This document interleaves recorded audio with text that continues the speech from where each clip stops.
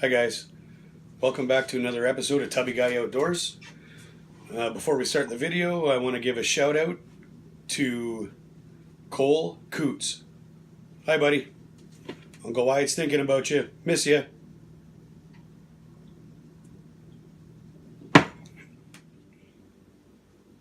Okay, without further ado, let's get this show on the road. So on today's episode, in keeping with the theme of the channel, which is the outdoors doesn't have to be expensive and you can save money where you can, and utilizing as much of an animal that you harvest as possible, what we're going to do today is we're going to tan a squirrel hide, or show you the process that I use to tan a squirrel hide. And this will work with rabbit hides.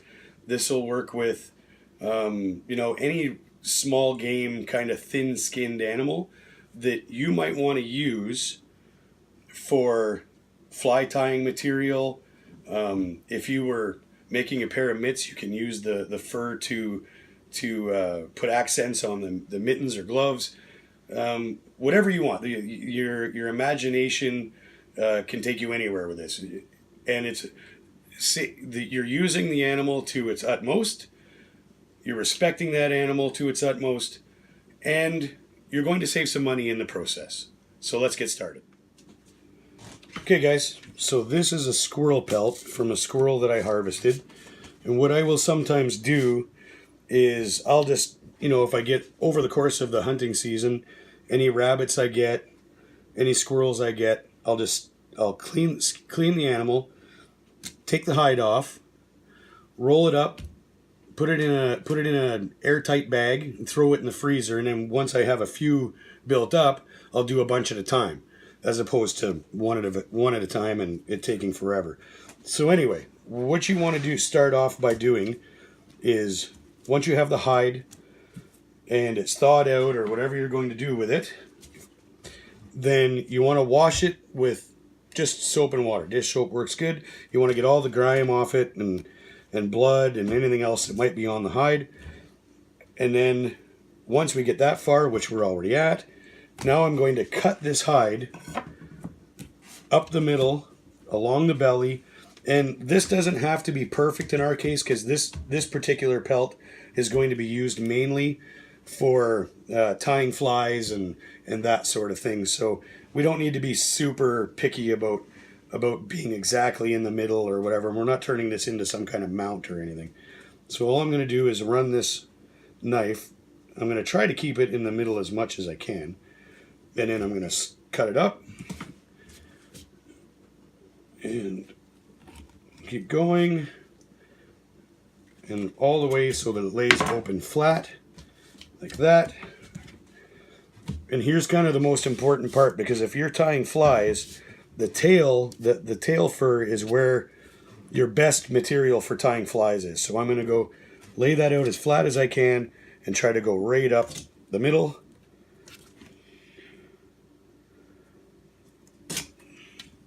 Open it up, and right out to the end, and there we go.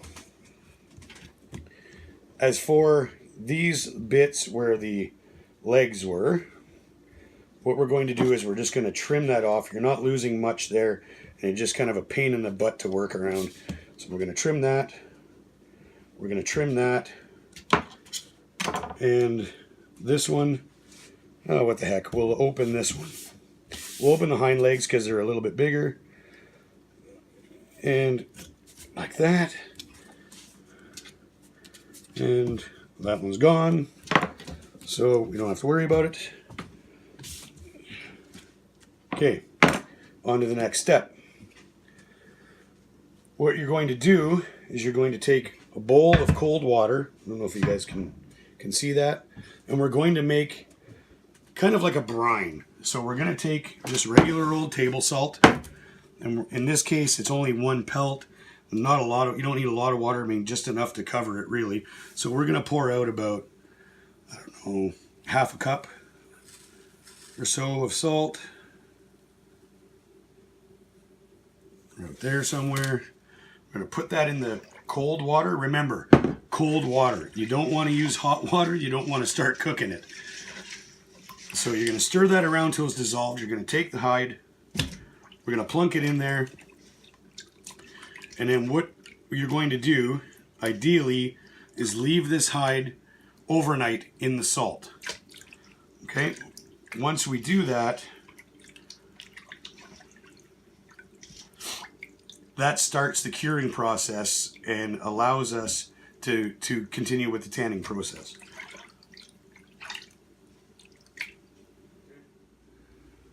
Okay guys, now that pelt's been soaking in the brine overnight, all we're going to do is we're going to take that, get rid of that water. We're going to give it a quick rinse. It doesn't have to be anything crazy. And we're going to try to get as much of that water off of that pelt as we can right now.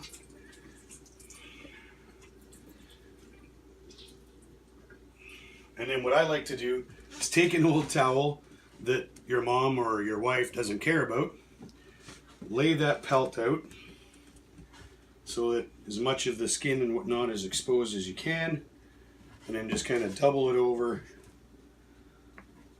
pat it dry.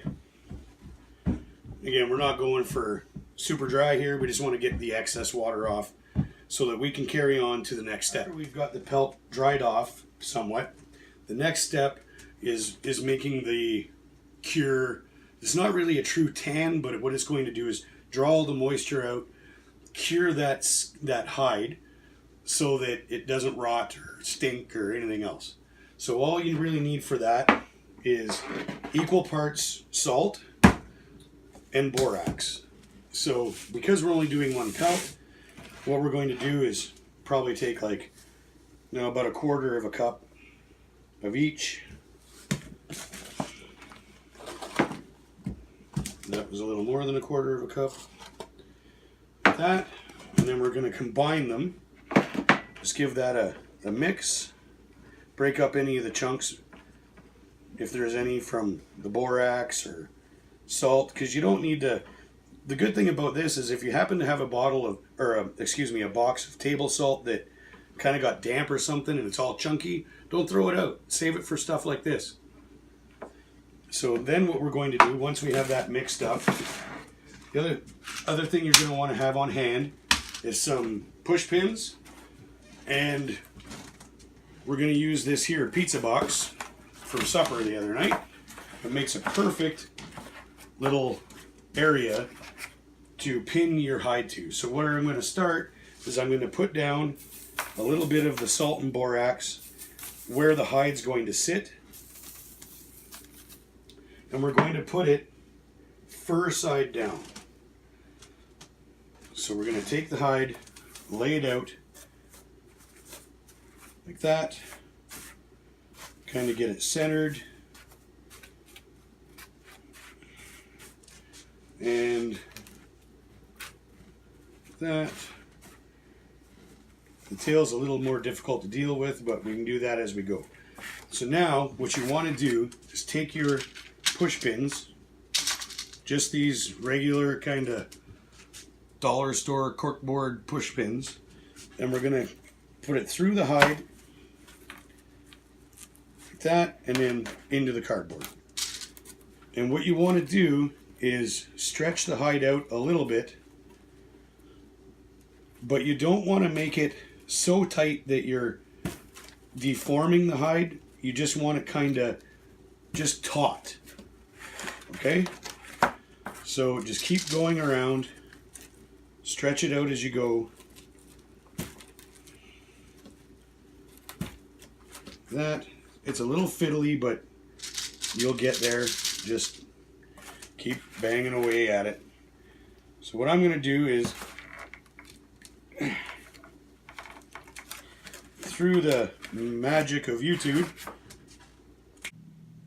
Okay guys, so now it's all pinned, it's stretched out. The thing to remember is you don't want to like pull it real tight. Just stretched out enough to get the shape and allow the surface to be open so that the air can get at it and let the salt and borax do the work. So that's kind of our next step, is the rest of that salt and borax that we mixed up. We're just going to sprinkle that all over. Make sure that you get right in that crevice, right up to where it ends right at the end of the tail. You want that in there good, and you want to just cover the surface like that with a good dose of the salt and borax.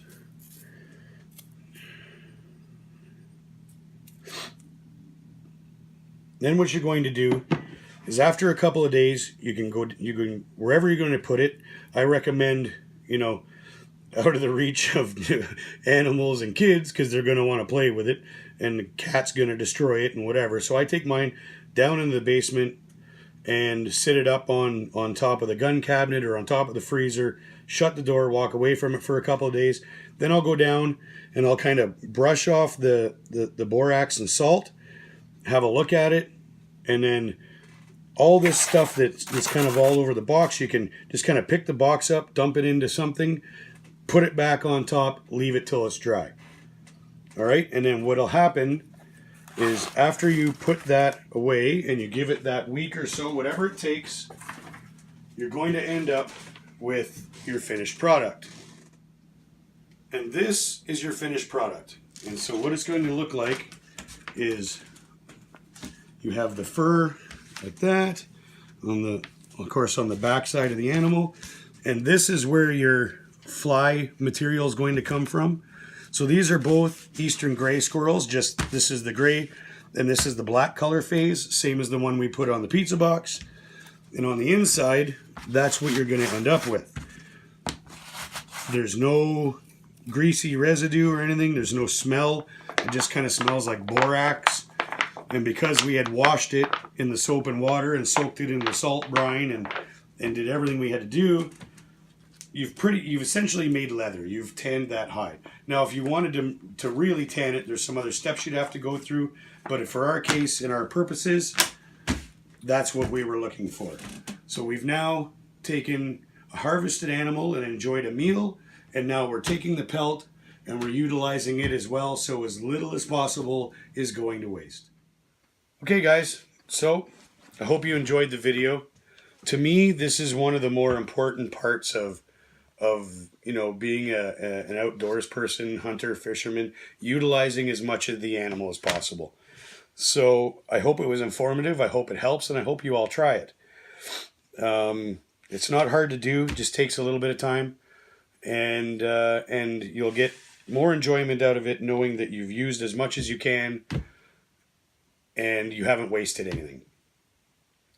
So if you like the video, remember to subscribe if you haven't, share it, comment. I'd love to hear any tips, or if you have a method that you use, let me know. Always willing to learn new things, as we all should be. So thanks for watching.